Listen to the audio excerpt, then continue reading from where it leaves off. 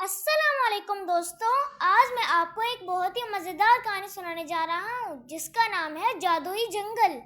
ایک دفعہ کا ذکر ہے، ایک چھوٹے سے گاؤں میں عالیہ نام کی ایک لڑکی رہتی تھی۔ عالیہ ہمیشہ سے مہم جوئی کی دیوانی تھی اور نئی جگہوں کی کھوج میں رہتی تھی۔ اس کے والدین اکثر اس کی جستجو کی حوصلہ افزائی کرتے تھے، لیکن وہ ہمیشہ اسے خبردار کرتے رہتے تھے کہ جنگل کے اندر زیادہ دور نہ جائے کیونکہ وہاں خطرات ہو سکتے ہیں۔ ایک دن عالیہ نے ایک پرانی کتاب پائی جو اس کی دادی کی تھی۔ اس کتاب میں ایک چھپے ہوئے جادوئی جنگل کا ذکر تھا جہاں جانور بولتے تھے اور درخت زندہ تھے۔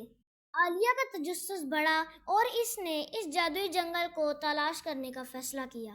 اگلے دن عالیہ نے اپنے ساتھ کچھ کھانا پانی اور ایک چھوٹا سا خنجر لیا اور جنگل کی طرف روانہ ہو گئی۔ جنگل کے اندر جاتے ہوئے اس نے مختلف پرندوں کی آوازیں سنی اور درختوں کی سرسراہٹ محسوس کی۔ کچھ دیر چلنے کے بعد عالیہ نے ایک عجیب سی روشنی دیکھی جو جنگل کے اندر سے آ رہی تھی۔ اس نے اس روشنی کی طرف بڑھنا شروع کر دیا۔ روشنی کے قریب پہنچتے ہی عالیہ نے دیکھا کہ ایک بڑا سا درخت تھا جس کے تنے پہ ایک چمکدار دروازہ تھا۔ اس نے دروازے کو کھولا اور اندر داخل ہوئی۔ دروازے کے پار وہ ایک جادوئی دنیا میں پہنچی جہاں ہر چیز زندہ لگ رہی تھی۔ جانور اس کے ارد گرد گھومنے لگے اور بولنے لگے۔ خوش آمدید عالیہ، ایک ہرن نے کہا، ہمیں معلوم تھا کہ تم آؤ گی۔ عالیہ حیران رہ گئی کہ جانور کیسے اس کا نام جانتے ہیں۔ ہرن نے بتایا کہ یہ جنگل ایک جادوئی جگہ ہے اور یہاں کے درخت اور جانور سب زندہ ہیں اور بول سکتے ہیں۔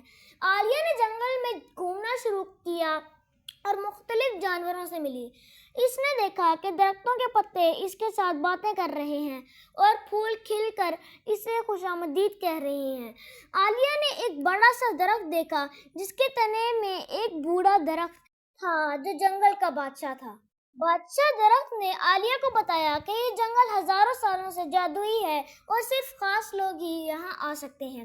تمہاری دادی بھی یہاں آ چکی ہیں اور انہوں نے ہمیں تمہارے آنے کے بارے میں بتایا تھا، بادشاہ درخت نے کہا۔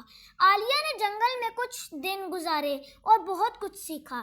اس نے جانوروں کی کہانیاں سنی اور درختوں کے راز جانے اور جنگل کی حفاظت کے بارے میں بھی سیکھا۔ اس نے یہ بھی جانا کہ اس جنگل کی حفاظت کرنا اس کی ذمہ داری ہے اور اسے ہمیشہ اس کی قدر کرنی چاہیے۔ جب عالیہ واپس اپنے گاؤں آئی، اس نے اپنے والدین کو اپنی مہم جوئی کے بارے میں بتایا اور وعدہ کیا کہ وہ ہمیشہ اس جادوئی جنگل کی حفاظت کرے گی۔ عالیہ کی کہانی گاؤں میں مشہور ہوئی اور سب نے اس کی بہادری اور جستجو کی تعریف کی۔ یوں عالیہ نے جادوئی جنگل کی مہم جوئی سے نہ صرف اپنی زندگی کو بدل ڈالا بلکہ اپنے گاؤں والوں کو بھی یہ سکھایا کہ قدرت کی حفاظت کرنا کتنا ضروری ہے۔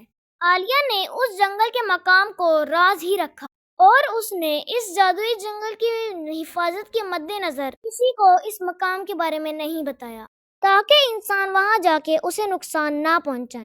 پیارے دوستوں، اسی طرح ہمیں کسی کے سامنے اپنے راز ظاہر نہیں کرنے چاہیے۔ پیارے دوستو، آج کے لیے اتنا ہی۔ ملتے ہیں آپ سے ایک نئی سٹوری میں، تب تک کے لیے اللہ حافظ۔ Like, share and subscribe to our channel and don't forget to press the bell icon. Allah Hafiz.